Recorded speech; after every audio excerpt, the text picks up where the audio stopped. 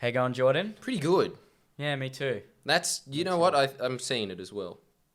I don't know. Look, I'm not going to give away the magic of behind the scenes, but yes, I can confirm Neel is good. There's no magic. We ran out of batteries, and I went to the servo and bought some more. Okay, well, that is way Getting the less things poetic. done. You did, actually. Good for you. You took action. You saw a problem and you solved it. Direct Can action. do. Yeah, that was you, man. Living the Tony Abbott dream. Yeah. We were talking about before, which I think will be a good introduction, is what reality show, if you were allowed to be on any reality show, what would be your preferences? Well, we've always said we're just going to take this off, just like when Australian Idol became World Idol, and then every country voted for their own one. So they just instantly gave them 12 points. I think that we're just going to have to get rid of Survivor, because everybody wants to go on there to see how they would last. Everyone wants to see, are you really that hungry? Survivor. Yeah. And they're there for 30 days, because when you watch it once a week for a couple of months, so you think they're there a lot longer. They're there for 30 days, and it's a really interesting psychological case study. And I know the producers manipulate it to make people seem different to what they actually are, but it's so interesting. And the ones that are the most Machiavellian are definitely the most entertaining. And I'd probably be like that. If I was on Survivor, I'd be like, fuck the rest of you. Well, no, if I needed to be nice to them, but for my own gain, I would do it. Which it would make sense, because then the jury votes for who they think should win the $1 million. So you have to be nice to them to their face. This guy, Russell, who was a bit infamous on one of the seasons of American Survivor, what he would do is he would just... First of all, he went looking for hidden immunity idols. Usually you get a clue as to where the hidden immunity idol is a couple of days in. He just went looking for them, found 3. And what he did is he fashioned his own fake immunity idol out of some wood and put some I don't know how he did, put some rocks on it, made a necklace, put them in the places that they were. So when the clues eventually did come out, people found those immunity idols and they're like, wow, I've got the hidden immunity idol. Basically, if you don't watch Survivor, hidden immunity idol means that you can't get voted off that week. But you can also, there's strategies involved. You can give it to a friend, someone who's in your alliance. All these people had hidden immunity idols that weren't hidden immunity idols. And so then really confidently at the end, they'd be like, I'm going to play the hidden immunity idol, Jeff. And Jeff would just be like, this is not a hidden immunity idol. And the things Russell would do, he'd burn people's socks when they weren't looking, because it would just create chaos within the tribe. And it would Why would that help? Because then I don't know how, but he would masterfully detach from the situation so that other people would start arguing with each other, and then there'd be a massive conflict with other people in the tribe, and as a result, he'd be safe. What a genius! It was amazing watching that one season. I don't know if he won in the end. What was his job? He worked on it. Some blue collar job. He was just a very actually makes he sense. was just, I don't know if it was an oil worker or something Probably a plumber. Yeah, he was sort of short, stout, but really stocky, and it just brilliant. They tried to bring him back and have Russell would be the leader of a particular tribe, and this other guy, Boston Rob, who won the first season. They did a Russell versus Boston, but because everyone had seen that season and knew what Russell was like, no one trusted him, so it didn't work. No. They even brought him to the Australian one, I'm pretty sure. Yeah? But because people he made a career out of it. I think people just know what the sort of risks he posed and would just vote him out. Right. Yeah. But I would definitely go on Survivor. I was thinking about it. You know what? I would go on Love Island. Easy. I would just do it. It's funny. 3 months before, I'd get a personal trainer, get as jacked as those other guys, and just try to root as many of those chicks as possible. Why not? 25 is the age to do it. It is. Look. It is a real problem, that show, because yes, they're so hot in the first episode, and by episode 3, they're singed. They are! They're singed. But that's where I'd be at an advantage, wouldn't I? Because I wouldn't get sunburned. What does that mean? I don't get the analogy anymore. Because all those alpha dudes that are all those white alpha dudes that are really hot in the first episode, by episode 3, they're all sunburned. Oh, you're legitimately talking about something. I was not No. talking about that, but okay. What were you talking Do you about? have an advantage to that? I will pay that. What were you talking about? Dude, I was just saying that like their personalities are so awful that like, dude, yes, they've got a mad ass, but how long does that last? And I honestly think the definitive answer to that is 3 hours. If you can't beat them in that time, yes, they start losing points. That's to true. me, anyway. No, I would be this. I'd lose so much interest. It was so obvious because after like a couple of introductory points of them saying that, yeah, what about you? Yeah. And then after that, all they talk about is themselves and how you're not good enough for them. But it's just like, what are you again? Vet nurse. Yeah, you're killing it, doll. Like, how are you in this position? You know, like you are not this queen that Who magazine has built you up to be. You're just a little bit hotter than the other chicks at high school. But have any of the queens that Who magazine has built up over time ever been worthy of that title? Probably not. Do you think in the 80s the people Who magazine were building up were real? Maybe they had some semblance of acting ability. That's about it. But did they have the arse? No, so it evens out. Yeah, it's true. Because that's it. That's a qualification. They got it's good actually arse. not. If those asses are real, I mean, that's, you know, it's hard work. It's a skill. It's you gotta do a lot of deadlifts. I'm very proud of them on that angle. Because I get like, you know, a semi hard on. I can't believe how many. It is pathetic how much props and cred and shit guys will put up with. If you get like a bit hard looking at them. That's it. Just like a bit of a change in muscle and like, yeah, all right, I guess I'm just gonna have to give this chick half of my possessions. That's fine. The hot to crazy scale, you know, the hotter she is, the crazier she can be. Yeah. And it's probably true. applies to men as No. it's like the good looking to abusive scale. That's dark, but it's true. Dude, I don't even think it's good looking. I think it's confidence to abuse scale. Wow. Don't you think? Yeah. It's just a guy that is more certain that he's mad than the other person for arbitrary reasons. That's so sad that you can just... because it's, you know, the dumber you are, the more likely you are to be just confident in yourself, aren't you? Because you don't necessarily think critically of yourself. Well, you saw that in high school, didn't you? Yeah. Although I was just... There weren't dumb people at my high school. It was selective. Yeah, that's true. No, but it wasn't. It was... And the hierarchy So would have been much Caringbah different. High School was... It's like the... So for anyone who's not from New South Wales, selective schools are public schools that you do a test in year 6. And if you meet a certain... if you get a certain score, you get to go into these schools. So they're smart schools, but my school was like the dumbest of the smart schools. Was it? I was not aware of that. It was pretty low. Okay. Because it had the most white kids. Dude, it's actually... Every year, one of the papers, and it's usually the Australian, does this weird study of like, what is the percentage of Asians in the selective schools? And the ones that do the best have the high. There's a direct correlation They between. all fucking they worship James Roos for some reason. James Roos. It was something like 96.4%, and Asians, and that includes Indians as well. Yeah. Does it? Represent my curries, man. Yeah. Wait, so that 4% is white, or is that everyone else? Everyone else. So they could be. Well, who white else or is there? Yeah. What other major ethnicities are there? You, race and IQ. But Caringbah had 30%. I think it was about 1/3 white. Like there was an Asian group, so the Asians were the exception to the rule.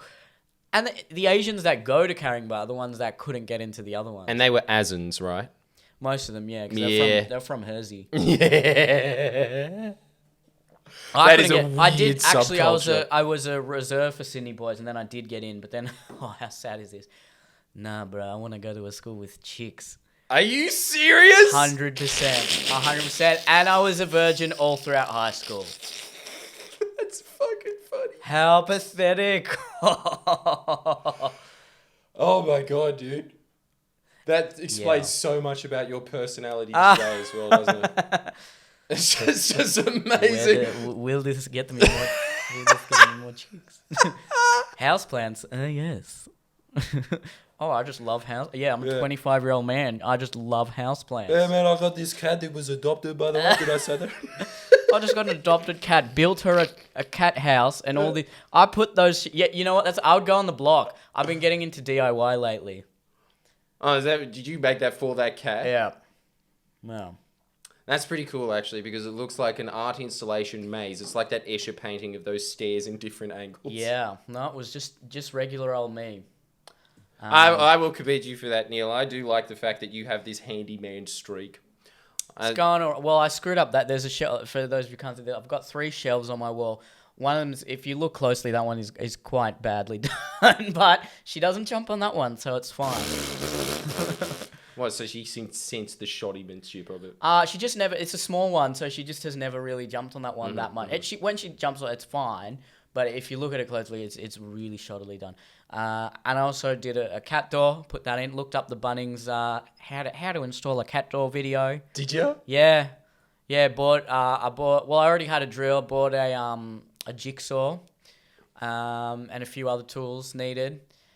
And something really Got to wholesome work. about being a handyman. Yeah, you particularly like that idea. I like the fact that you romanticize that. And I think, you know what? It's just because I want to get chicks. No, I don't know what that shit is, but every now and then, guys, it's self-sufficiency, but every guy that I know goes through just those little periods where they go, yeah, you know, to be mad to buy a house and do it up just the way you like it. But you seem to go into that fantasy more than most. And I don't actually know the answer to that. But you definitely like the idea of building things with your own hands. Yeah, it's But weird. you It's act developed, on it. It's developed. A lot of guys. Yeah, a lot of people say Don't. that. Oh, I just want to do this. I want to do that. I'm like, all right, fucking do it. I was terrible at woodwork in high school. I was useless, and my dad was not a. In India, you don't have to be a handyman. No one. What is you can pay like a handyman like 2 rupees to Yeah, do whatever yeah, you need yeah, to do. yeah, that's true. Yeah, yeah. If No, you're my given dad tips. my dad wouldn't know how to use a drill or a hammer or anything like that. But the crazy thing is, my mum wanted to be a carpenter for a while. And if you go to my grandparents' house, there are like tables and things that she built when she was a teenager. Are they shit? No, they're no, they're really good. And this is sad, but I think when you were a woman in the 70s, that you couldn't even do woodwork in high school. Right. And also, I don't think my grandparents wanted her to go Approved. to uni. Yeah. You don't go to uni for that. You don't even go to TAFE, do you? Well, that's why they were like, yeah, don't be. Oh, But right. imagine Yeah. being in, and it's sad to think this way, but even look, man, this is, and I'll openly admit this is sexist, but I'll be like, if I'm getting a tradie, I probably want a man. Yeah, well, dude, there's nothing. Look, don't people know can why. say all they like about it, but it's the same thing as if you advertise that you want to be a babysitter as a guy. I don't Yeah. think anybody's just saying yes to That's that. a good point. That's a good point. It's just, look, and I really don't think that is something that really needs to change. This thing of like, there needs to be women in carpentry. Why? Why? I can do a good It's job. the same with like, like there needs to be men in childcare. Does there? Does there actually need to be men in childcare? I don't know. Does it actually help not. the economy at all? no, Maybe just pick something think slightly different. How about that? I think the argument is that we've have cultural norms that say men aren't good at these particular roles and women aren't good at these particular roles. So the only way to fix that is to have some level of affirmative action. But I think a lot of it is just biological. I think a lot of it is intrinsic. Men, if you look at boys, they just want to they're just destructive, and they're aggressive, Or and there are exceptions really to the rule. constructive. Yes, yeah, That's isn't the that the Ben difference. Shapiro thing? Like, well, boys will either build or they'll destroy. True words are never spoken. We need I to agree socialize with them that. in order to be able to build. Damn. Yeah, I'm on board, man. I'm getting one of those checkered shirts and buttoning it all the way to the top now. Completely with Ben Shapiro. That is actually... You and me, let's go on a retreat and build a table. I don't know why. We can build this. We can make it. Yeah. In that one of those first podcasts, you were like, "You don't know how a table works," and I was like, "Oh, I think I kind of know how a table works. Yeah, When we talk about like grand political ideas, I don't know how the world works, but that was really underestimating your intelligence. I don't know the basic building blocks of a table. Yeah, I think like the legs hold it up. Yeah, Yeah, there's 4 legs, and you Okay. connect it to the sort of rectangular or square. Could be a circle. Yeah, Is it any shape checkmate. you want? Yeah. Well, as I said last week, happy to be proven wrong. But okay, there's been a long opening. We usually have a little 10-minute opening, Yeah. small talk, but no real segue. Well, there could have been a segue prior when we were talking about the differences between men and women, a topic I like to talk about a lot. You loved it. I'm obsessed. I don't know. I'm obsessed with it at the moment. I think when I was younger, I was really obsessed with race and culture, and it shows in my videos. All my videos, all the like Australian 2-minute type videos, very. It was just a lot of stereotypes about racial identities, and culture. But right now, I'm just, Battle of the Sexes. yeah. And every male comedian goes through a phase where they talk about. See the difference. Yeah. But it's so It's the true. 90s phase. Yeah. Just obsessed. I'm obsessed. Me too. I think everyone just goes through that phase, or maybe it's just men that go through it. I don't know if women are obsessed with it. Yeah, I don't think they're obsessed with it. They're probably they're just like, men are dumb. Yeah, they usually have that idea. Yeah. They're stupid. Man. That's a punchline for for women, isn't it? Yeah. A group of chicks like roll Giddy. if you roll your eyes and go, oh, man. Yeah. Oh, that's so true. I don't want to date with a man. And yeah, 5% has just decreased to 2. I don't It's think there running- is, man. I running really joke. No, they are masochists. Actually, yeah, they love it. Yeah, talk. Come Yeah. on, Neil. We know you have it in you. Talk shit about us. We love it. Abuse us. And again, this is all topics that we will talk about. So, okay, the topic I want to talk about in this podcast, we've touched on in previous podcasts, incels. One, I want to discuss that in depth, but not just incels. Because incels are probably a symptom of what you could call the deregulation of the sexual marketplace, which is a very pseudo-intellectual way of just saying, why do people choose who they choose to fuck? So the reason I wanted to... the reason I want to talk about this is that the cultural norms associated with sex have changed drastically over the last 100 years, particularly since the 60s. And there are a lot of trends that I find very interesting. Sexlessness in men. Even in the last 10 years, I think the percentage of men who haven't had sex in the last year, aged 18 to 30, has nearly doubled. I think it was like less than 10% before. No, it was sort of in the teens, and now it's near 30. So like nearly 1/3 of men our getting age to Japan are just levels. not getting laid. And now if we talk about just in the last 10 years, very likely to be a result of Pornhub. porn, yes. But yeah, incels. And the reason I want to talk about incels, I think we've both, you've done a video on incels. I have too. Both of us have generally been quite critical of them, and we adopt a view that, no, they're just being victims, and essentially they need to take responsibility for their own lack of success with women, and they just need to better themselves. And there's that meme in the incel community, even, which I find very funny, which is like, just be more confident, bro. Have you seen that meme? It's like a really unattractive guy next to a really good-looking guy, and the good-looking guy's like, just be more confident, bro.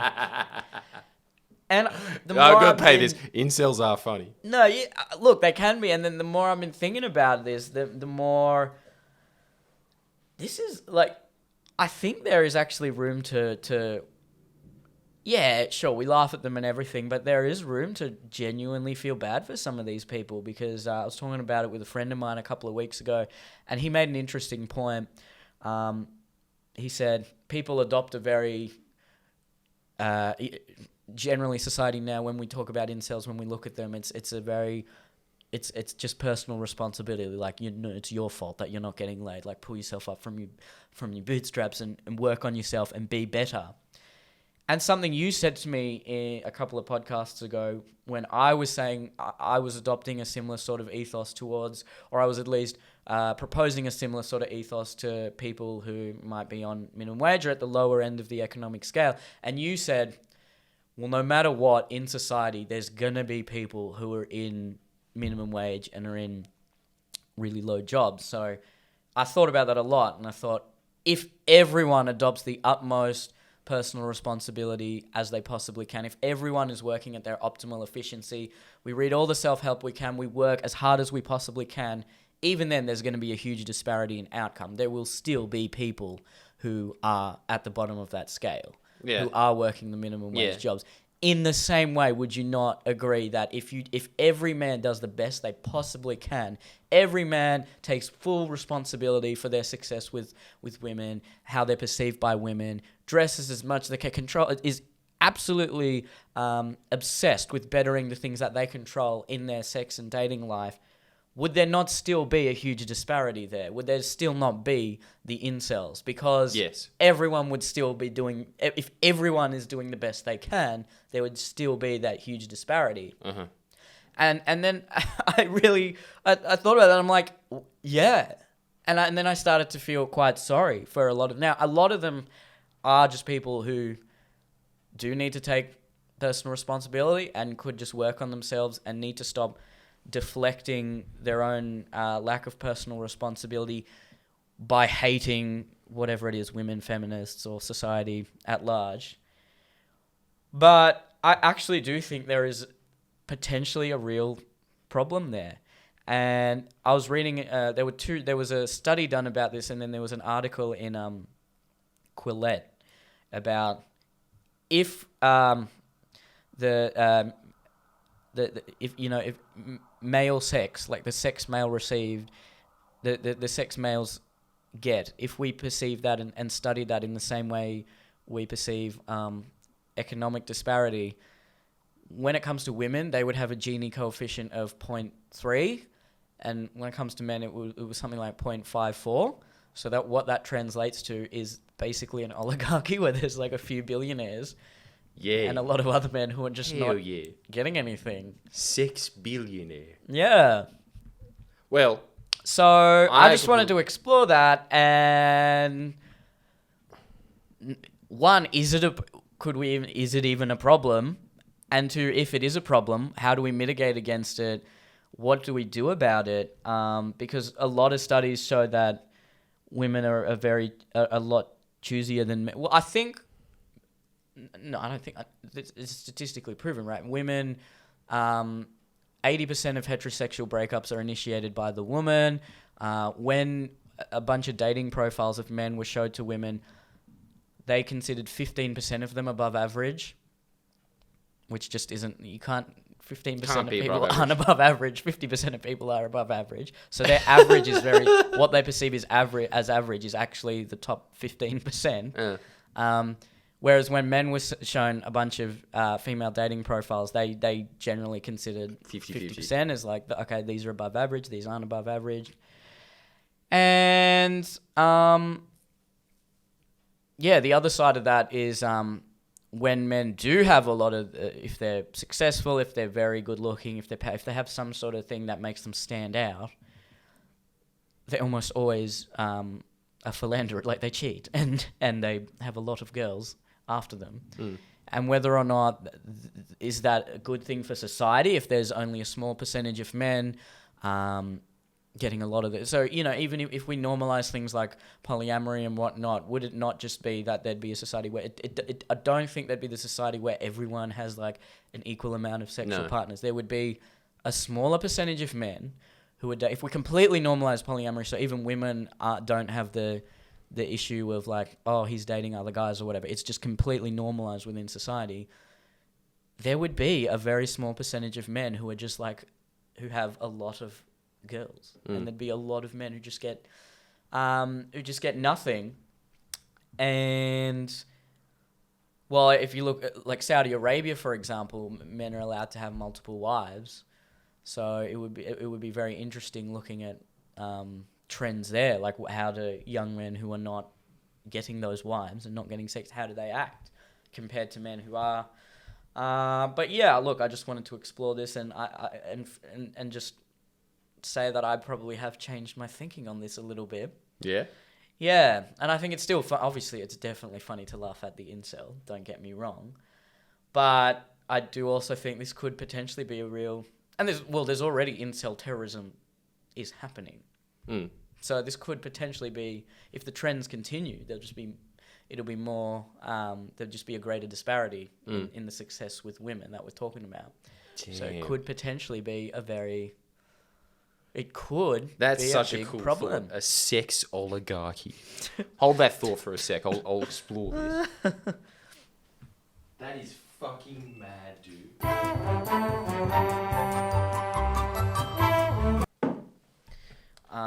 My point. So just really quickly, I just get that article I read. Their argument was that this is a bad thing, and that monogamy was a way, as even Jordan Peterson did, culturally enforced monogamy. That was a way to just not necessarily control society, but just make things organized. Sexually egalitarian. Yeah, that's what it was. Yeah. Whereas now it's just this now I still think a lot of the cultural norms of monogamy still probably do exist. Most people still want to it's still probably considered, if someone said, "No, I'm saving myself to find the right one," or whatever, that's still probably considered the most moral thing to do. But yeah, the whole concept, it interests me, and I would like to get your thoughts on it, and whether or not we should organize society with, whether we should have a more sexually egalitarian society.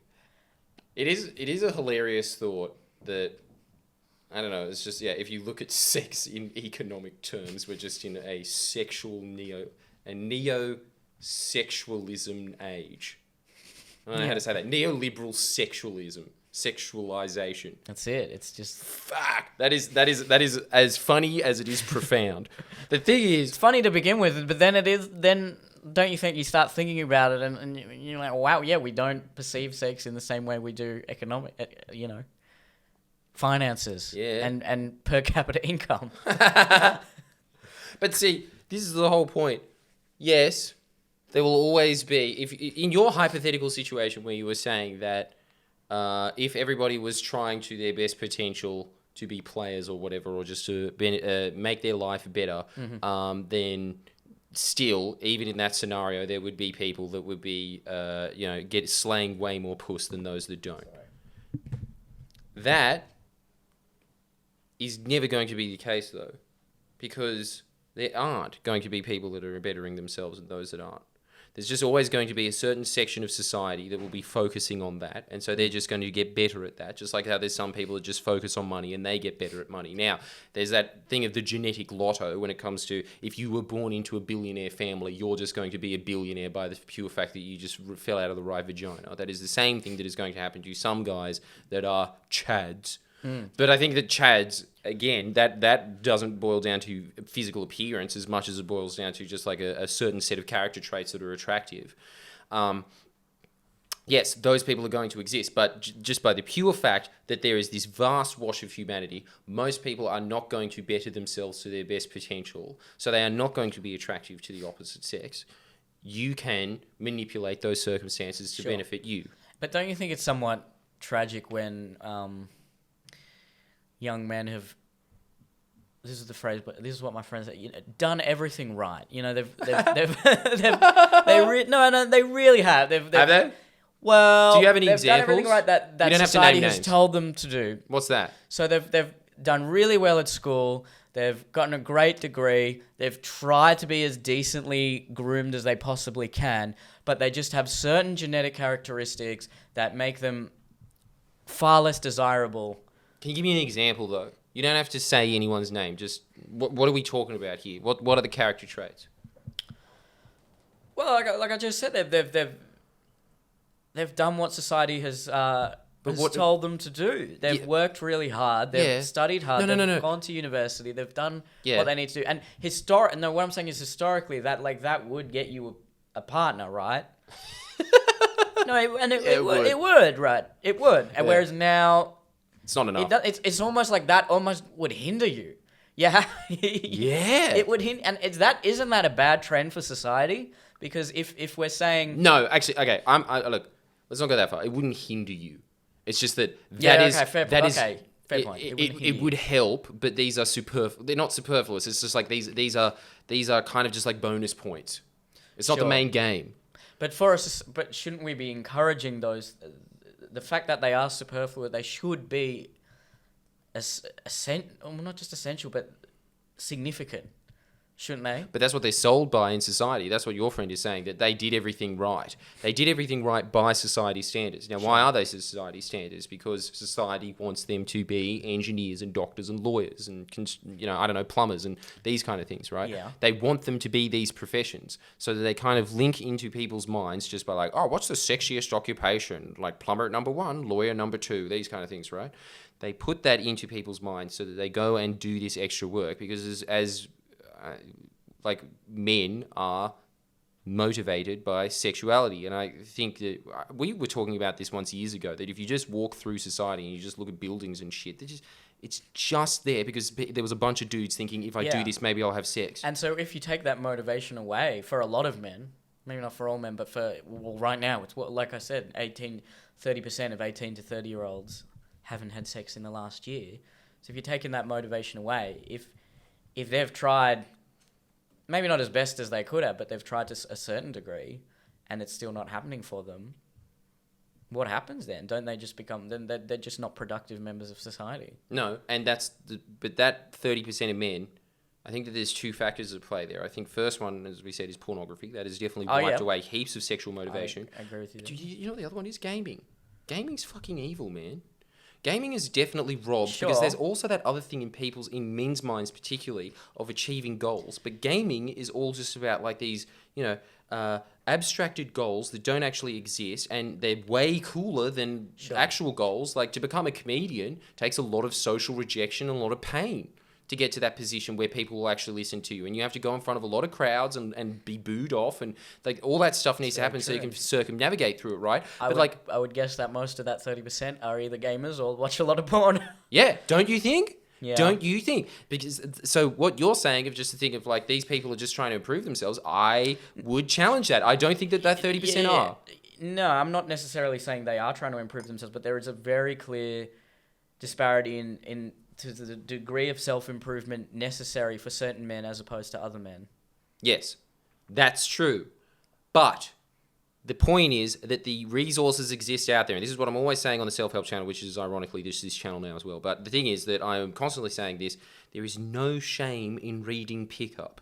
There is a shame in reading, like all genres. There is just terrible books in it and there is good books in it. And there's some good books in it that are just basically like give you just this like map guideline of just like, this is how sexuality works. This is how socialization works. This is like why you should be improving yourself, linking these things to the sexual goal, right? But do you think that... Most guys don't read that shit. Sure, but do you think that now the fact that we exist in a world where it's necessary for a lot of men to read pickup in order to get a girlfriend and find a partner, whereas historically that wasn't necessary? And I can't say for certain that it wasn't. Maybe there were other conceptions of pickup in the 1800s. Like, this is how to speak to the ladies. I don't know. Doffing the hat. Yes, I don't know, but that energy that they're using to learn pickup and game and whatever it is, that could be better. Though that time and energy, for society at least, would be a lot better served towards other goals. That's true. In a really utilitarian sense, that is true. But in the real world, the two most important things for you to learn are emotional and social intelligence. And both of those things are inextricably linked to smashing puss. Like, you just need to be good at those things. And that's all those books are teaching you. And for your career, for money, for making business deals, for, team leadership, projects, leadership, everything else that you would need to be a successful human being, Do you would think need those. going back to the comparison of sexual economics versus financial economics? That's such a good When thought, someone who's born, as you said, born into a billionaire family, or not even a billionaire family, is given a big head start by their parents. Here's $100,000 to start a business. Then they say the same sort of things, don't they? They're like, if you work hard enough, if you just self-improve, if you do this, it will happen for you.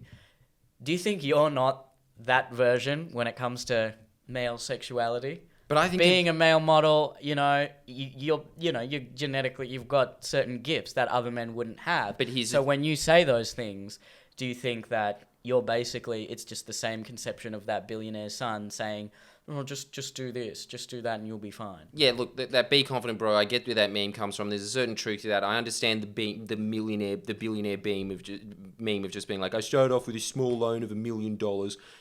Like those. There is an element of truth to that. But like, dude, I can tell you firsthand, being a male model is not a high status job. It's a funny job. Like, people laugh when they learn that you're a male model. The thing is that being a male model is just, it's again, this abstract idea of attractiveness. It's like, it's artistic. It's not actually like sexually attractive. Sure, but the job itself is separate to the, I'm just talking about, the genetics that you've been born with, for example. Some men, are very short, may not have the chiseled jawline. They're just ugly. Let's not be coy about it. Yeah, but so I am attractive in a very specific to this time way. If you were, say, in, I don't know, a fishing village in Asia, in, like, I don't know, Thailand or some shit, in 500 years ago, if you were stocky and short, and you had like an overbite and shit like that, that might have been attractive back then because it meant that you were like sturdy on a boat and shit, and so you would have been able to accumulate more resources. Okay. But the thing is that me, for instance, I don't think that male models are conventionally attractive. They are. It's just a thing that's kind of like it's an artistic thing. Like, it's just like clothes look good on them and things like that. But it's not necessarily like sex appeal. In fact, when you look at male models, like the ones that earn the most amount of money, it's not like I show women these pictures all the time, and it depends on the model, but like the ones that are just the peak of male modeldom, like your Matthias Lidridsons and these kind of, you show them to women all the time, and they're just like, wow, he's beautiful. And you're like, do you want to have sex with him? No. It's just like this thing of just like, they have this face that you want to look at, and you're like, wow, that like, it's like a vase or something. You don't want to have sex with a vase. Yeah. Okay, but still, like, I'm just getting you would admit that this is so weird. I'm like hitting on you right now. you would admit that you're still definitely like above average in terms of looks. Absolutely, and very proud of it. Yeah, sure. But I'd probably, I'd say I'm above average as well. No, I would say that as well. Yeah. I would, and I'm not just saying that. I do think you are, but these things, I think, when it comes to, it's very different. We would be in a very, very privileged position if we were women, but we are men. And that is very low on women's radar of what they want in a man.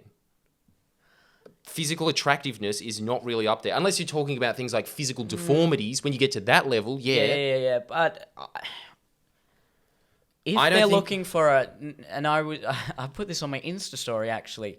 In this book I was reading, called Hormonal, and I really cannot recommend this book enough. It's brilliant. It's just sort of this analysis and dissection of female hormones and how they influence behavior. And it's not like some MRA thing. It's written by a woman. Like, the first chapter is about how much of a feminist she is. Having said that, there was one particular passage she said she compared what women want in a long-term partner versus what they want in a one-time sexual partner. And then for men, the same thing. So for men, in a one-time sexual partner, looks were not that important.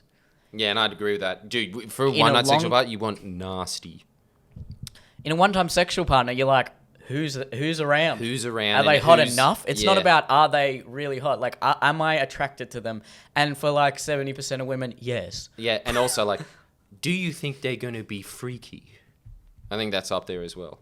You just want like Sure. a crazy sexual experience. Sure, but even if they like look really innocent and they give off that vibe, you think It's good enough. I'll yeah. go there, bro. yeah. And there's probably a freaky side to them that, you know, the male ego's like, yeah, I'll fucking find that. I'll get that delta for. And then they quiz women. They ask women the same thing. For a one-time sexual partner, looks were number one. Yeah. For women. Yeah. So then, when we have the society now where, again, this sounds so 8chan, and it's very, it's very MGTOW speak. But when they talk about, and I hate that term, it's very, it's cynical, but they always talk about women who ride the cock carousel. So women in their way of looking at the world and looking at women is that now modern feminist liberal women will party all throughout their 20s and have a lot of one-time sexual partners or like very fleeting boyfriends, if you will. And then when they get to their 30s, then they're suddenly looking for a long-term partner. So for a very long period of time, male looks are the most important factor. And I'm not saying that because, like, when it comes to women, yeah, looks are so important for them as well. Like, I'm not trying to say, oh, poor men or anything like that. But, well, I'm saying poor incels. But I would disagree. When women are looking for a long-term partner, there are definitely other factors that are more important to them than looks. But for a sexual escapade, looks and I know the guys that I know who like are players, they're good. They're very good looking. Yeah. They have a lot of those other qualities as well, but they're hot guys. Yeah. Yeah. Because, like, look, I will admit that there are guys that I know that are players that are very good looking, but not all of them. Not all of them. I would say it's 50-50 with the guys that I know. Okay. But what is the quality of women that the ones that aren't good looking are getting? Huh? Are they getting, are they just getting... Because it's not hard. If you want to just get laid every night and you don't have standards in terms of looks, that's not... I think a lot of men could do that if they wanted to. Right. But... I'm talking about the fantasy players, the James Bond type character who don't just sleep with a random woman every week. They're sleeping with like what you would call the chads of women every week. Right. Yeah. Stacey's. That's it. The Stacey's. Not your Becky's. Yeah. Right. Yeah. And do those players that you talk about, are they? Well, I know one, actually, that's quite famous in Australia, and I'm not at liberty to say who they are because that's not really fair, but the thing is that...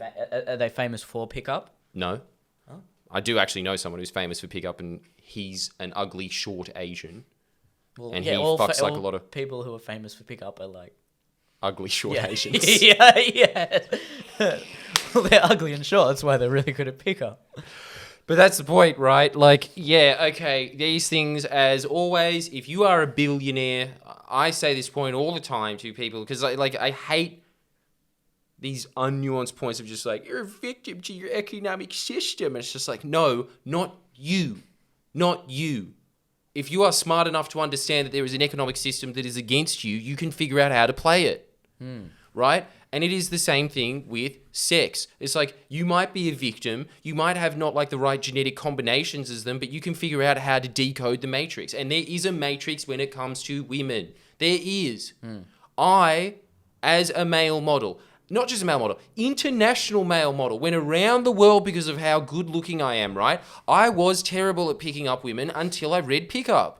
Then I got good. Before that, my batting rate was terrible. But you don't know how much, even though I can see why that particular, that would lead you to believe that it's all based on the emotional intelligence and the way in which you approach. But you still don't know, you'd have to compare you with someone who is very ugly and they've learned the same pickup you have, and whether or not they have the same success rate, if you want to attribute it all to just learning pickup. Well, I think that is the case. From the ones that I know, and again, I know very ugly, fat men that date really hot chicks. Well, not even date, just have sex with really hot chicks. Because this is the other thing that happens in women's minds. Women's minds, with men, it's kind of just this thing of like, yeah, she's hot. And then it was that same thing we were talking about with Love Island. Like, yeah, she's got a mad ass. Awesome. And then like 3 hours later, after that kind of ties back, he's just like, I mean, yeah, I'll still tap you, but like I'm not as hard. You know? But like with women, it's kind of like a not a light switch, like a dimmer. Like it kind of just like, you kind of morph in their mind in physical attractiveness as opposed to what character traits you're displaying at that time. Mm-hmm. So there are very ugly men that appear attractive in women's minds. Women's minds sort of act like shallow hows. That's sort of how they see the world. So you can manipulate the way that you look. And then on top of that, it doesn't actually take that much. Like especially as a guy, go to the gym, groom. Look, I agree. Yeah, you can really be in the top 20%, particularly in Western countries.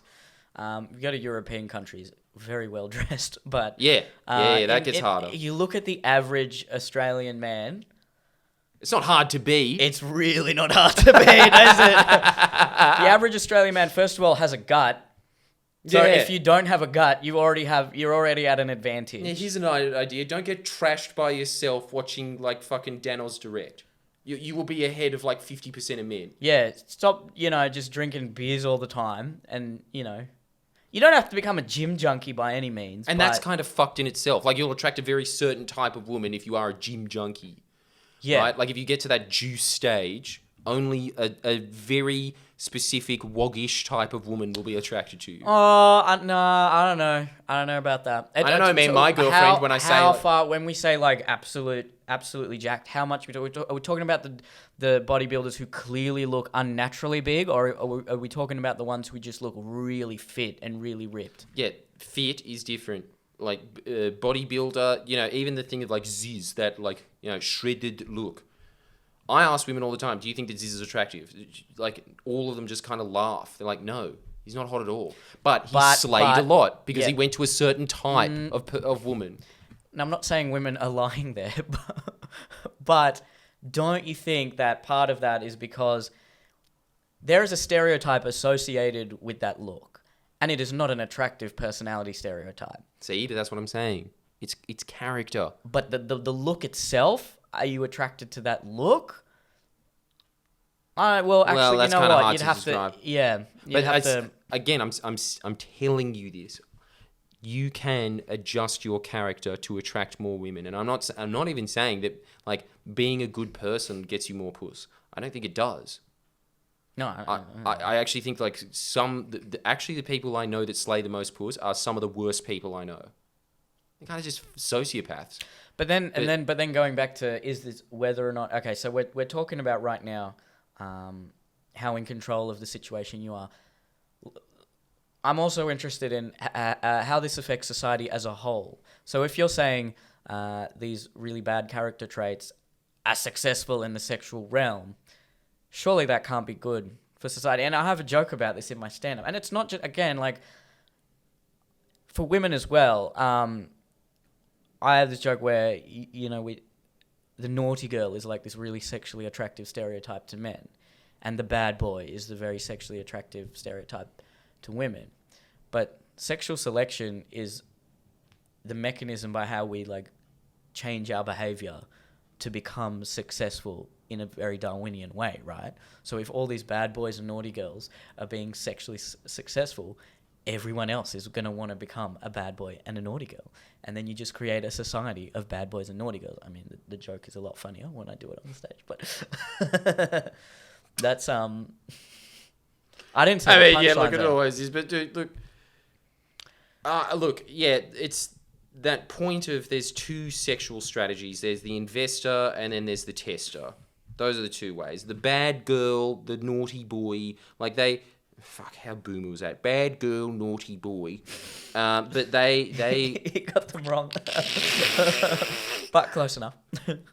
they are going through that tester strategy. They are the ones that are going to have multiple sexual partners. And you can say that on that level, they are successful. But the other thing about a lot of these players, I wouldn't trade lives with them. They've had sex with a lot more women. The stereotype... Sorry, go on. But don't you think that after a while, I don't know, because like honestly, like I'm really retreating into the recesses of my mind to think of a time I wasn't in a long-term relationship. But a lot of the one-night stands that I had, it was kind of just like, dude, it really was just masturbating. You know, it was really just masturbating in a nice fleshlight, really. Like a lot of those sexual encounters were that. Some of them were like mad. Sure, yeah. There's definitely a lot less intimacy. But and it also usually comes at a huge cost because a lot of those guys that I know, some of them are very successful and just and again they have that right genetic traits in line. But like a lot of them, they've kind of just at the detriment of all their other factors in life, they're just focused on that. And that's where I would differentiate between a pickup artist and a player, because to me, a pickup artist is someone who spends night and day studying the craft. Yeah, forgoes a lot of other things that could be meaningful in their life to just become an expert at picking up. Whereas there are certain guys out there, and there's always going to be some level of effort that you need to put into it. But for some guys, it's very effortless. Natural. In comparison. It just they can just natural. go out. They're naturally charismatic. It just happens. Yeah. It just happens all the time. Yeah. And sure, a lot of the control we had over sexuality in the past was basically cultural shame. If you slept around, you were a slut.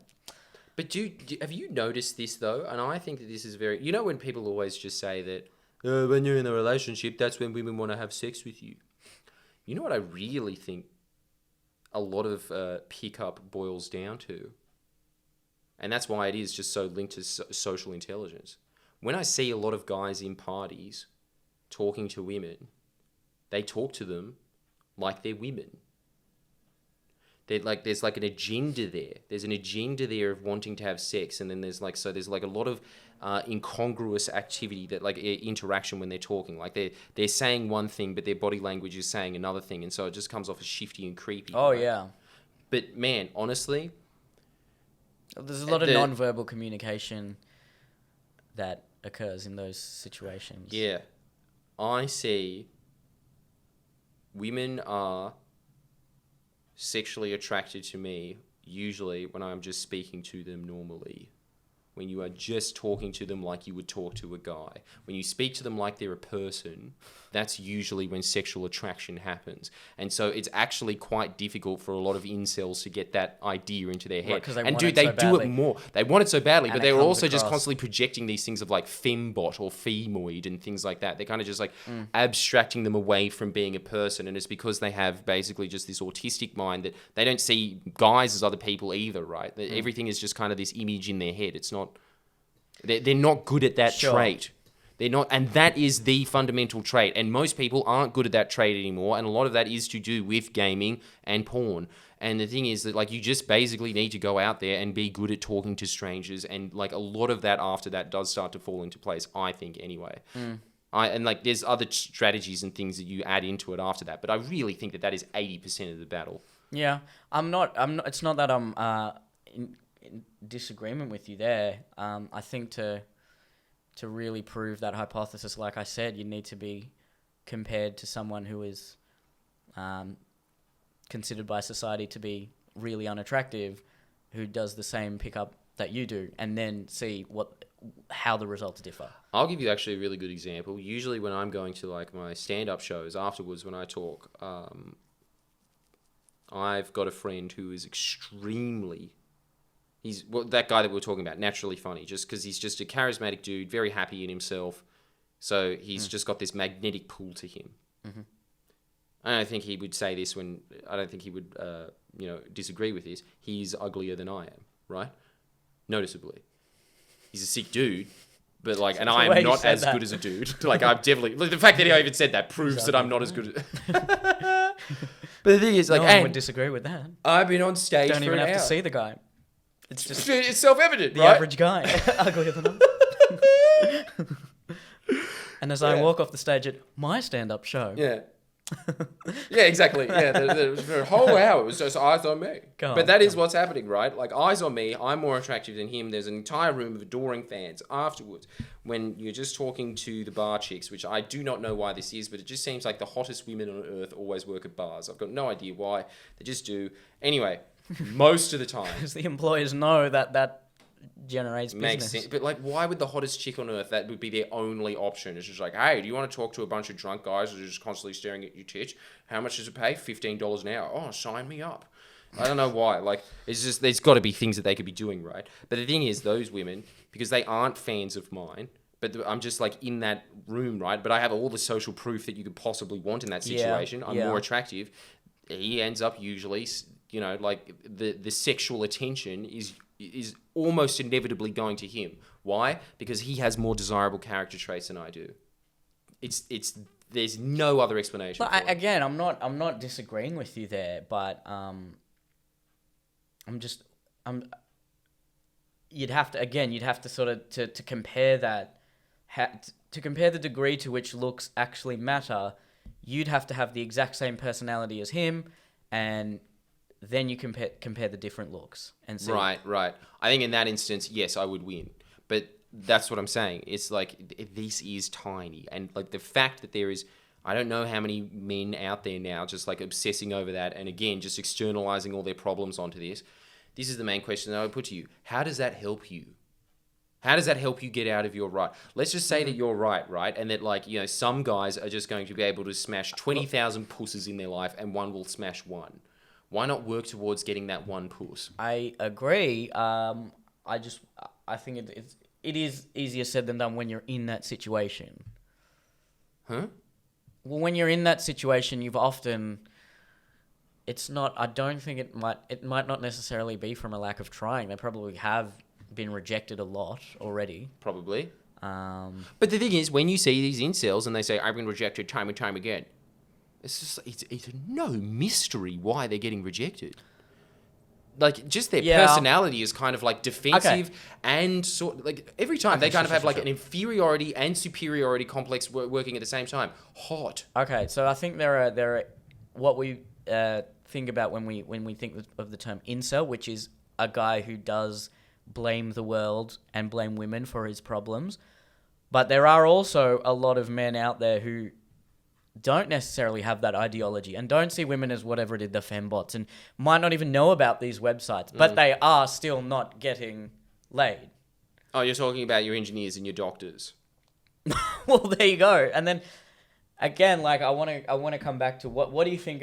Do you think there will be any sort of detriment to society if there is if there's a large disparity between sexual success between not only just men but humans? If like some humans are just getting laid all the time and some are not getting laid at all. Well, that's just because the tale of history. It's an emotional. But that's always that is as old as evolution. Yeah, but okay, then when I would pose a question saying, do you think that the creators of religion, the writers of religion, I don't know, religious people would be like, that's God. And I'm like, yeah, all right. But the people who instilled those cultural norms of monogamy, do you think they saw that and said, oh, well, this is far more optimal for society to grow and prosper if we do culturally enforce this monogamy? I don't know if this is so contradictory to the podcast I did only a few months ago where I was like, open relationships are great. Because I'm thinking about it more on a societal level than just a personal level here.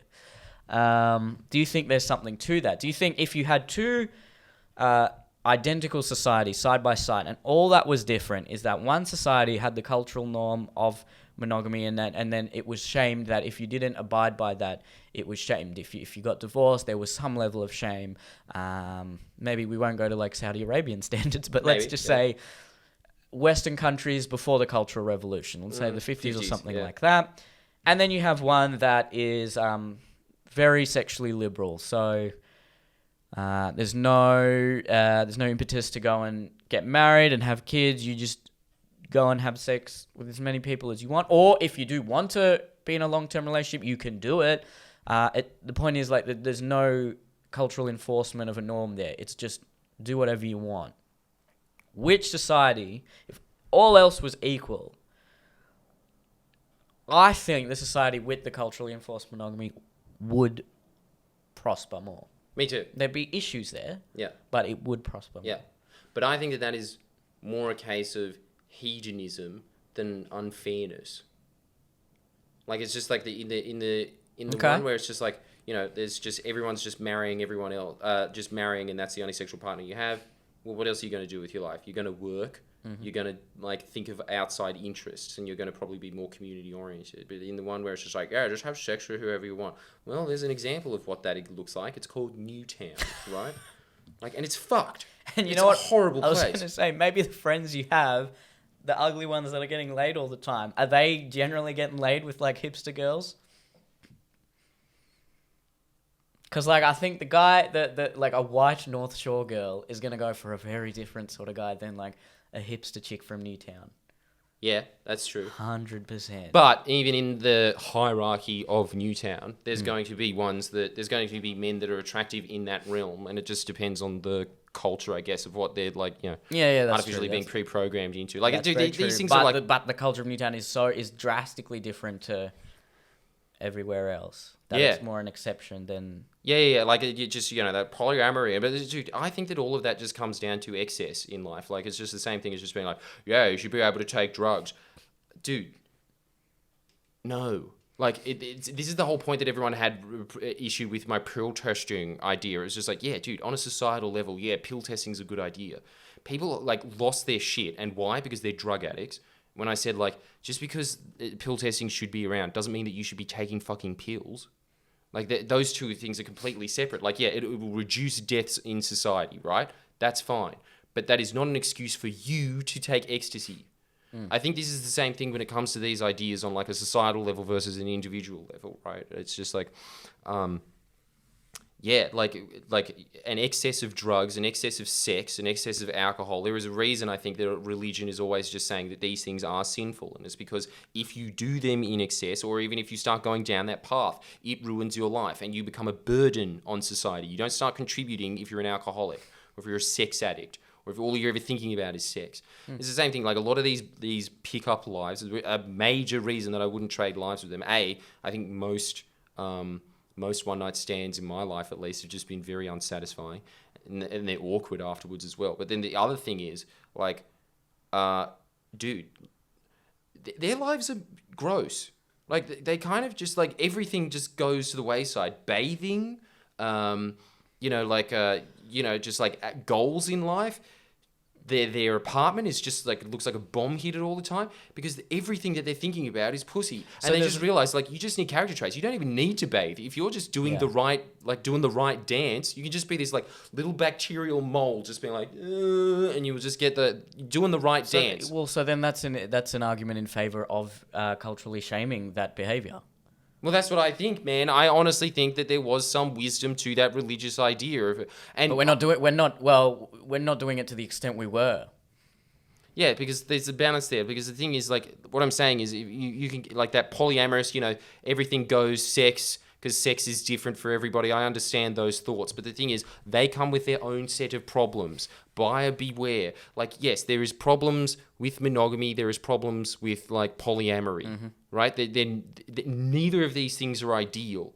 So even if you go into that polyamorous society where everything is liberated, for that to work, everybody needs to have, like, and this is what hippies used to say when they were talking about polyamorous relationships, there needs to be a consciousness shift, man. Like, you can't just say, like, yeah, have sex with whoever you want. There has to be, like, a lot of maturity and evolution in your own thinking that comes with that. Yeah. But people won't do that, will they? No. It's like that same idea that, like, I love that Family Guy joke of just being like, the generation after the 60s, they kind of just, like, ditched the morals and kept the weed. That really is the point that we're at. Don't you think? And how damaging do you think it is? Do you think it's it's not a major factor in how our civilization will turn out, or do you think it really could contribute to? I think it's a symptom. I think it's a symptom of the society that we are in now, which is very selfish. It's like extremely self-focused. It's like that it's the demise of all of these institutions, as in, yeah, there's problems with the church, but the point is that the church was there and it was saying there is a spiritual order and you have to contribute, and these messages were being put out in society. But now all messages are just being like, just consume, just have sex all the time, have drugs, yay. Like, dude, it's fall of Rome shit. Sure. How would you change that? Would you bring back the traditional cultural pressures that existed before with, I guess, Christianity, or would you develop some sort of new system? Yeah, I think it's just a thing of like, look, these. I look. Would you? Do you think slut shaming, to a certain degree, whether it's good for the individual or not, could be good for society? And to not make this a sexist thing, slut shaming a woman and a man, the same level. So if a man cheats, he's shunned by the community to the same degree that a woman would be if she cheated, because historically, yeah, the woman was always punished more than the man. I think that because we've just read those books, right? I think that cheating is not as big of a deal as most people think it is. And when you interview women and they say, "Oh yeah, I broke up with this man because he cheated on me," and you ask them, "Did you break up with them because you wanted to?" And I think half the time they said no. But then what do we do? But then how do we otherwise enforce? How do we make it so that people aren't just living for themselves and saying, "Yeah, I just want to have sex all the time and do drugs and whatever"? Like, what's the way to do it? Dude, it goes back to our other. It goes back to our other podcast that we were just discussing before. It's just like, what is your tribe telling you? What tribe do you associate with? What is your ego telling you? Like, it's just the same thing. It's just like the ideals and morals of people in Newtown are very different to the ideals and morals of people who live in Lithgow. So we need to develop either new tribes or go back to old tribes, or have certain aspects of old tribes that do have a moral standard to live up to. Yeah. That is higher than what it is now. Yeah. It's that thing of but again, it's like, what is society's message? That's a thing that needs to be crafted. That's why you're a slut. If you, Damn, that'd be fucking funny if that's like, if there was like government announcement ads in the future, just like there was like, "Slow down, stop speeding," in the thing, just that. Haven't you had enough cock for tonight? Close your legs. Put the cock away. Yeah. Authorized by the Commonwealth Government Canberra. Think about the country. That's actually what you would have to do. No, but that's actually what you'd be telling people. Because if you know who it actually damages the most? The Chads. Because the Chads could go around banging as many girls as they want. But if you say, no, it's morally wrong to do that, they're the ones who lose out the most. Yeah. The incels actually then get a partner. Yes. The Chads are the ones who are going to suffer. Yeah. So you're basically telling the Chad, nah, yeah, from your from just the genetics you've been naturally endowed with, you could go and sleep with as many people as you want. But think about the society. Don't think about yourself. Whereas the real enemy of incels are not is women. a quota. Yeah, the real enemy of incels, it's not women. It's the Chads. Yeah, it is. It's the people who they aspire. It's They those know it, dudes. though. They know it. That's why they have the name Chad. And you know what? I think the same thing with... in the way like feminists hate men. No, the real enemy for feminists are like hot chicks. And they know it too. Yeah, probably do. No, I think we all know that is the case. That when it comes to men going their own way and feminists, the vast majority of them are just bitter. I think that's just goes without saying. But because the thing is, like, if you're just constantly obsessing about why you hate the other sex, the thing is, like, if you are just in this mindset of like utter resentment and hatred, it does reflect on you. There is no justification for you to be going through life like that. So it comes down to that when it comes to those two subsections. Man, honestly, I think that, like, yeah, that quota, and I can't believe that everyone was going like, "Oh yeah, Jordan Peterson's gone too far with this one." What are you saying is actually like a sensible argument that people should think about. But it's just like, does society want to go in that direction? Can society go in that direction? I just think that what should be, maybe it should just be like, yeah, okay, do what you want, but like, I think it's the same thing. It's just like the best answer in those situations. Look, regulation probably won't work in this thing, but it's just like when you're talking about drugs, right? It's just like, look, all the evidence shows drugs should be legalized, but just so you can just collect the tax from it. and so you can build like rehab centers, and on top of that have money for other infrastructure and stuff, right? Like it's just like, because where else is that going? Just some dude that's just going to buy like 3 Xboxes? Yeah, so things should be legal, but you don't necessarily... But there should be a culture in place that says this is not something you should be doing And to these an are, obsessive extent. yeah, man, I really think that actually, now that I'm thinking about it more, dude, I actually do genuinely believe this. When it comes to these things, this is really on the individual. This is the realm of the individual. Regulating this kind of It's shit. tougher ask now for the individual because there are no cultural norms telling them to act that way. Exactly. But that's why, especially in this day and age, it's on you to improve yourself. And people hate that message. They hate it. It's hard, but again, it's like the Chad's like, yeah, you got to stop banging all these women that you could do so easily. But dude, you know what? You For talk to Chads and they society. say that. Have you ever seen that where Chads are just like, man, they're just like, I've got option paralysis, bro. Like that. Don't you think there's a point where they're like, I want to settle down, but there's too many hot asses in my life? Oh, actually, yeah, but there is when part of the whole incel thing and why I think those pickup guys chase women till like they're 40 is because they didn't.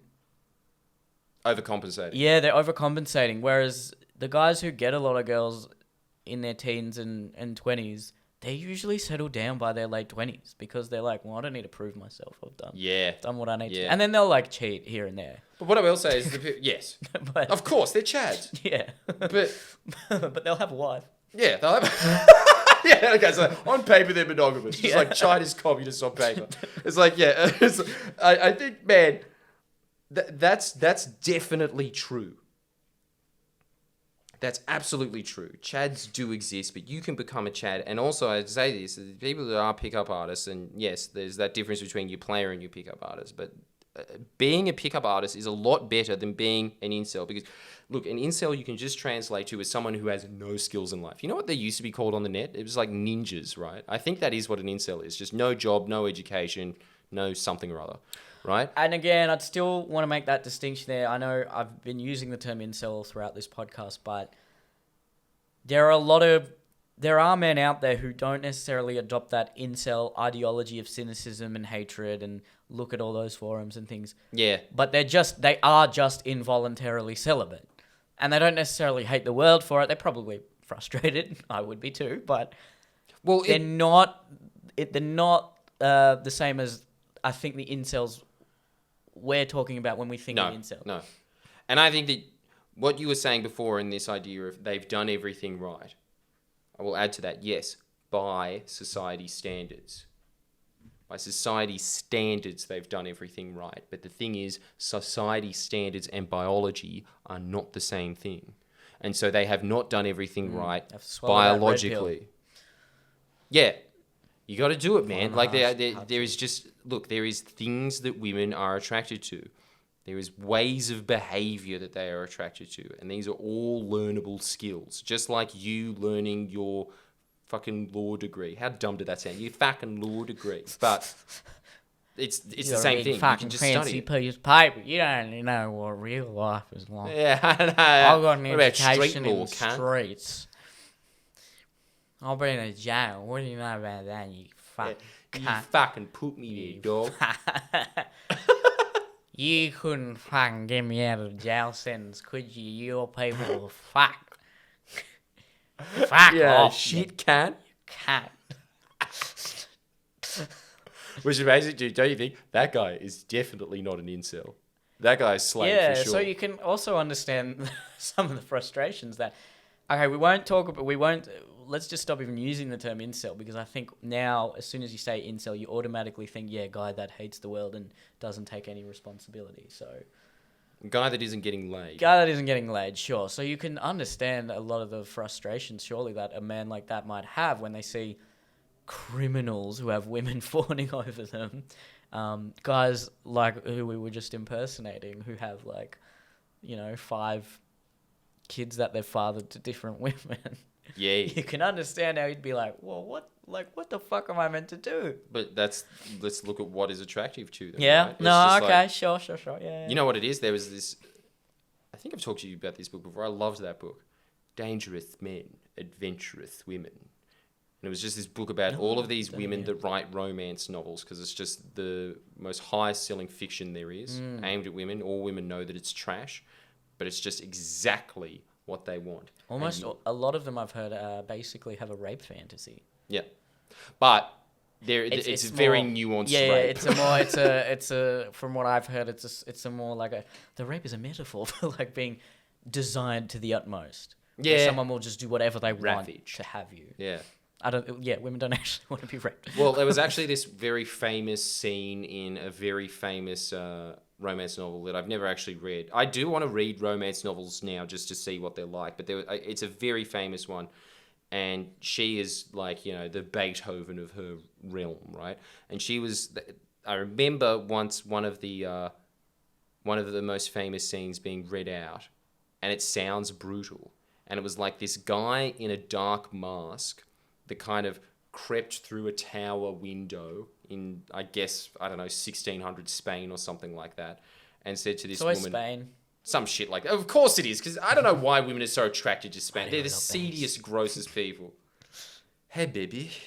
So true. There's a stereotype of Latin guys and Spanish guys. I went to a Latin club a few weeks ago. They are the good. They just stare. They're just like, yeah, mommy, yeah. I think they're just not ashamed at all. Yeah, about it's an attractive quality in a very handsome man. Because if a very handsome, mysterious man is just looking at you up and down, you'd be like, oh, look at this guy. But if like a fucking 5'2", like a fat Spanish guy, is like, yes, baby. Shake it, baby. Shake it for me, señorita. That's not attractive. Yeah, no. But yeah, he was just Anyway, he was coming in. Obviously, like he's just like some prince or something like that. He comes in and he says like, and he says like, here is what is happening. You are coming on my horse. I am going to take you somewhere, and I am going to have sex with you.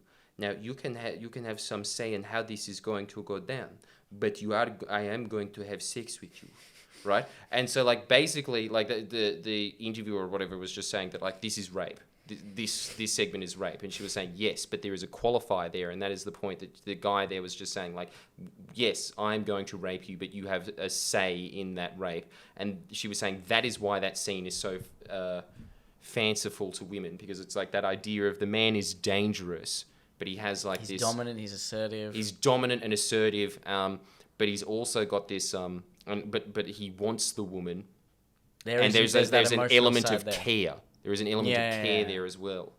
So it's like there's a lot of mixed emotions that are there. But look, it's the Beauty and the Beast archetype, Well, that is the ultimate romance novel. Yeah. That is, every romance novel is the same thing. Yeah, and just like, what woman can change him? That's what they want as well. They always want a man that is just like this, fuck off, leave me alone, except you. I like you. They want that. Yeah, there was a study that said women, when they compared... the response to cheating between men and women, when it came to sexual infidelity, men had a much higher stress response. But when it came to emotional infidelity, that's when women got more upset. Yep. And that's just... And I look back at my last relationship, I'm like, yeah, wow. Emotional cheating. Oh, there was no cheating there, but like when... There'd be certain things where like my girlfriend would say like she'd be still messaging or Snapchatting a guy that she'd had a one night stand with, and I'd be like, why, like what? How is this appropriate? And she'd be like, what? It was just a one night stand. There was no feelings.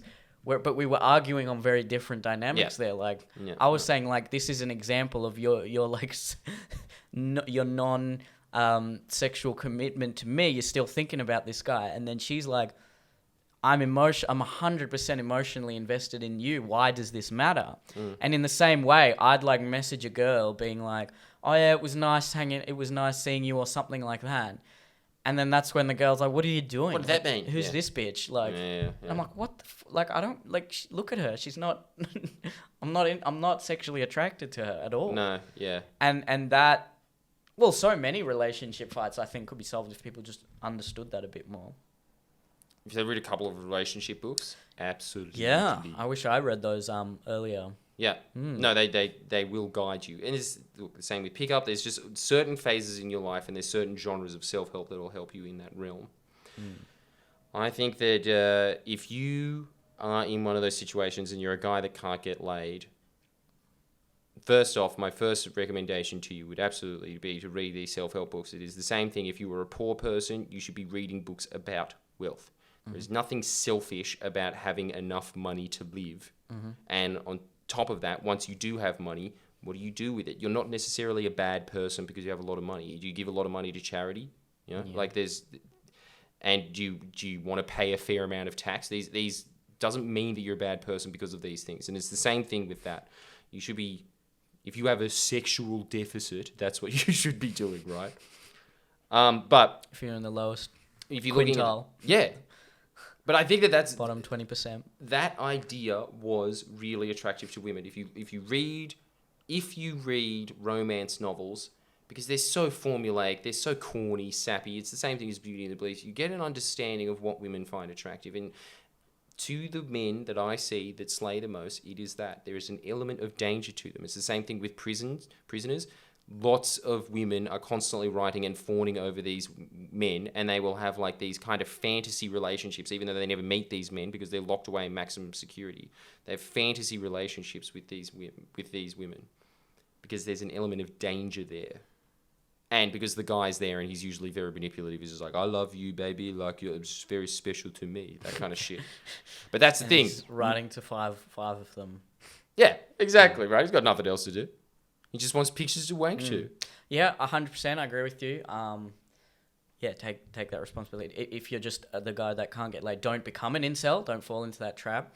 But I also would, I empathize to a certain degree. I can understand the frustration there when you look at the world and you see the sort of guys that are being sexually successful. I can see that. I can understand that. Let me just ask you this. Do you think that you have that streak of danger? No. Right. Okay. Well, that was very blunt. Definitely. No.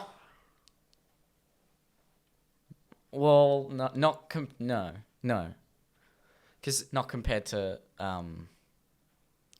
I'm more like, if you take like the average, whatever you want to call them, corporate shield, like engineer, doctor. Yeah, You got more than that. You're yeah, a late more night than stand that. Like up. in That's terms of that, yeah, like, there's a obviously bit of there. mystery and danger there. Like, There's a spectrum there's there. a spectrum, yeah, and I don't think I'm like I don't know. I reckon I'd say I'm like in the middle. So there's definitely a spectrum there. And actually, there's a phrase that I remember hearing that it was called a sexual threat. You have to be on a woman's radar. There has to be this idea of, in their head, at the very least, of like,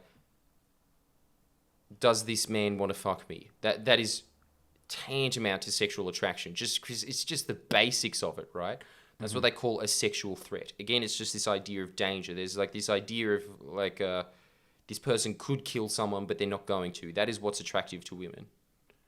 There's like a beast in there. Yeah, There's a beast. Well, like a lot of the female stand-ups even talk about that. Ali Wong, she's like, talks about her husband, how he's unwilling to like spank her and choke her and stuff like that. And he's like, It's not hot. It's not. Yeah, she wants to feel dangerous. She wants to feel like, oh, something could happen. I think that this is a huge element to it. And the real art of life is trying to figure out where that kind of like the... Actually, you know, once I'm in, if I'm in the bedroom, I can be pretty dangerous.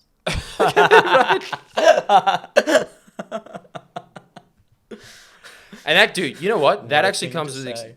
What a thing to say, but it also comes with experience. That's the other thing. When I was like 19.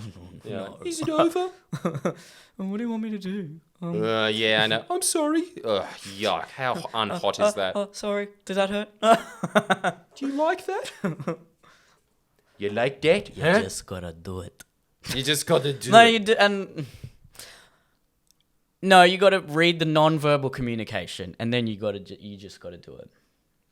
There's definitely that learning curve there. It's just kind of like, and I see that happening. Men kind of overcompensate and become too dangerous, or You know, there is Yeah. that seduction dance that is there. This is why it starts getting finicky. You can see, I think you can tell when a man has learned a lot of pickup theoretically, and then he's trying to exude this character of danger and assertiveness and confidence, and it's clearly artificial. Yeah, it's really cringy, isn't it? Yeah.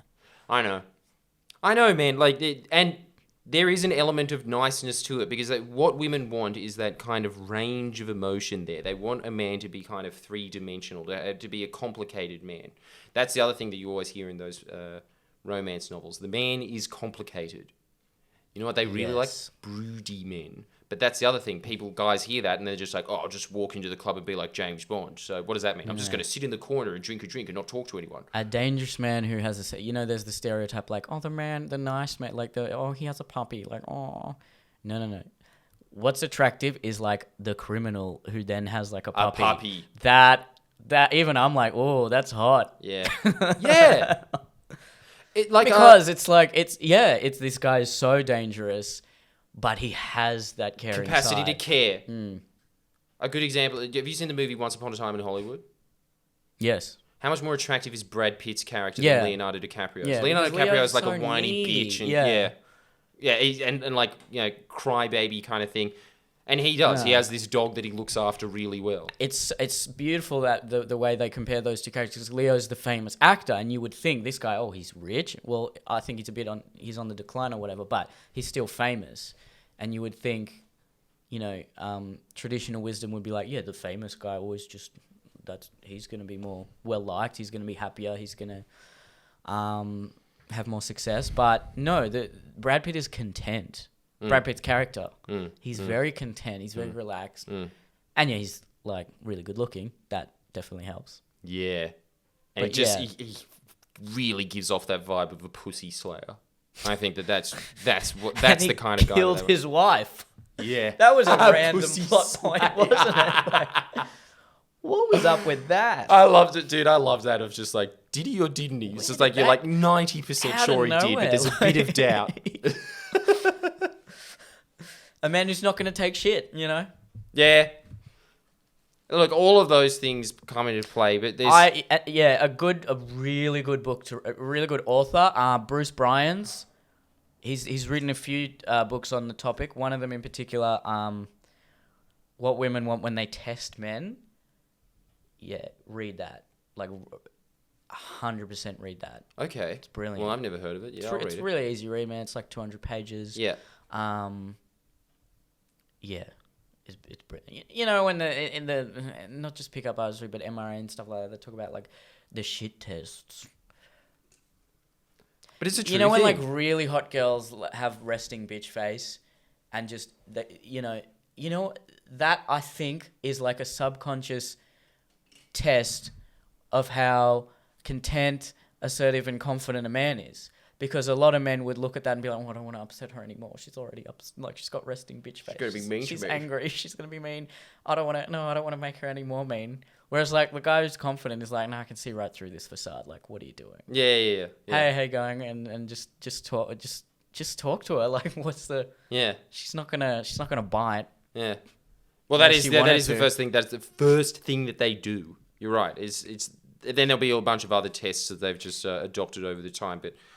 There's talk even he talks about like in a relationship, a girl will like subconsciously start fights where she knows she's actually wrong and she wants to actually test the mettle of whether he stands up for himself. Anyone who's in a relationship can attest to that. If it keeps happening, though, I think that there is like something wrong with the woman. Yeah. I understand that at first there's just those biological deflectors to see where the wherewithal within that man lies. But I think it was what David Data was saying, is that women want a man that is on a path. That is what they find attractive.